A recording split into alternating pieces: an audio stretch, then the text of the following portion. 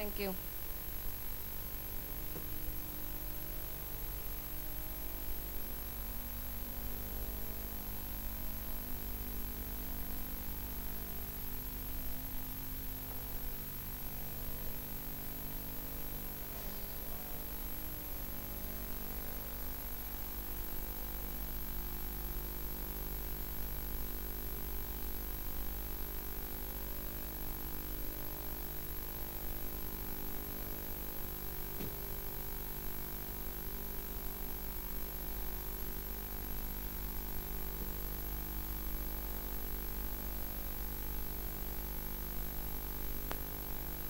My God is so big and so strong and so mighty. There's nothing my God cannot do. My God is so big and so strong and so mighty. There's nothing my God cannot do. My God is so big and so strong and so mighty. There's nothing my God cannot do. My God is so big and so strong and so mighty. There's nothing my God cannot do. In the beginning, God made everything. God simply spoke and the world came to be. He sent a flood and made everything new. He parted the sea and let his people walk through. He helped a boy bring a giant right down. Joshua marched, the walls fell to the ground. These acts of power are worthy of praise. But if you want to question my God and his ways, I'll look you in the eye and say, my God is so big and so strong and so mighty. There's nothing my God cannot do. My God is so big and so strong and so mighty. There's nothing my God cannot do. Though we are sinners, he still gave us worth. God sent his son to live here on the earth. He healed the sick, he made blind men see. He let the lame walk and he set the world free. He died on a cross and he rose from the grave. He conquered sin, he is mighty to save. He went to heaven and he's coming back. God's word is true, but if it's attacked, I'll look you in the eye and say, my God is so big and so strong and so mighty. There's nothing my God cannot do. My God is so big and so strong and so mighty. There's nothing my God cannot do. God the Spirit, God the Father, God the Son. 1 plus 1 plus 1 equals 1. God the Spirit, God the Father, God the Son. 1 plus 1 plus 1 equals 1.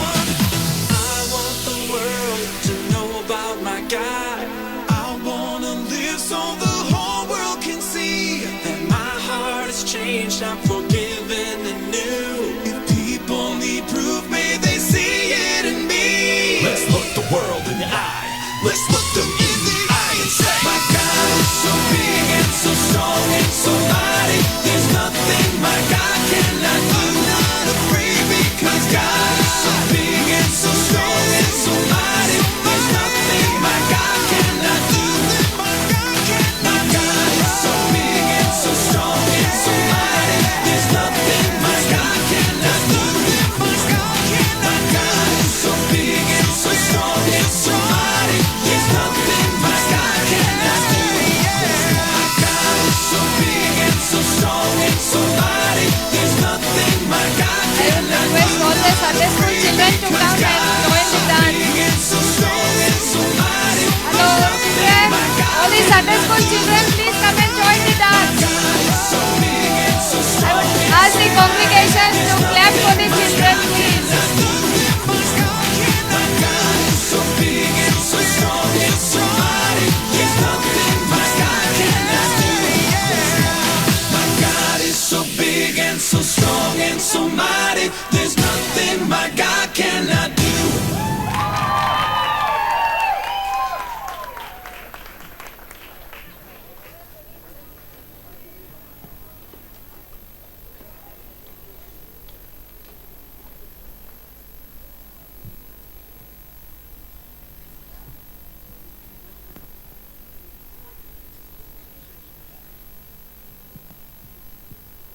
Praise the Lord, church. Now it's the time to give, but before that, I want to read one verse. It's from Proverbs chapter 3, verse 9. Honor the Lord with your wealth, with the first fruits of all your crops. According to the Bible, whatever possessions Lord has given to us, it should be used for honoring God. And this is accomplished by trusting God, by giving first and the best to God, by being fair, and by giving generously. The result of such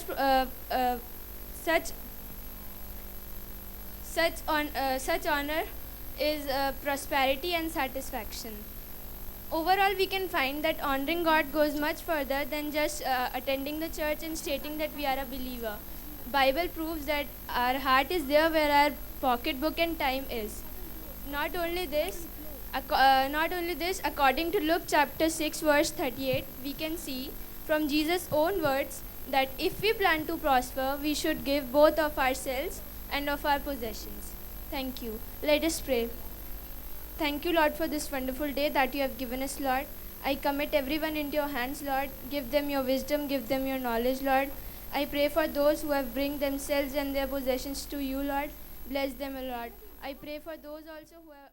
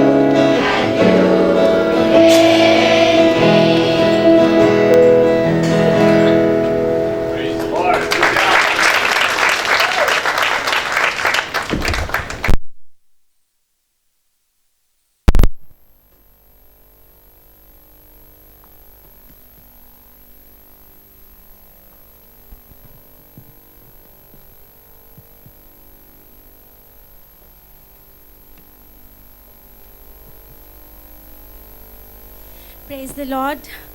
Before I introduce the preacher for the day today, first of all, I would like to thank a lot of people who really helped us. Yes, of course, Pastor Ji has already thanked us, but from the Sunday school department also, we really want to thank everyone, all the teachers.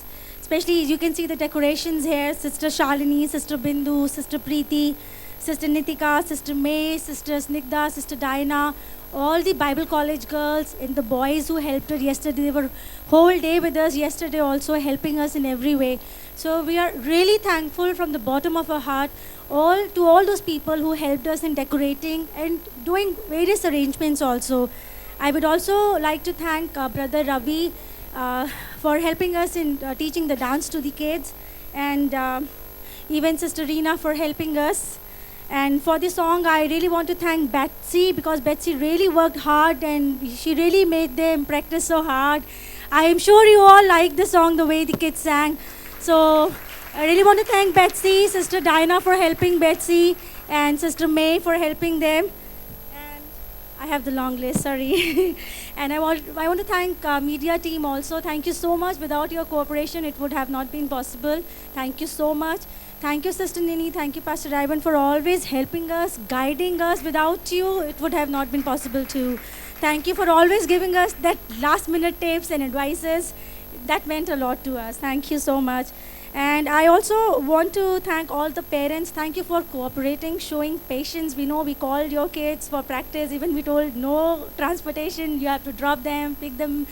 Thank you so much for cooperating with us, for showing patience. So once again, to all the Sunday school kids, to all the Sunday school teachers, I really want to thank you. I think we all need a huge round of applause. Thank you. Now, I want to introduce a young teenager to you, very vibrant, young, energetic, and he's very passionate for the work of the Lord. Very confident. We see a future leader in him. He's such a confident boy, always there to help. If we need him anywhere, he's always ready. I will do first. So let's welcome Kevin with a huge round of applause, and let's see what God has put in his heart.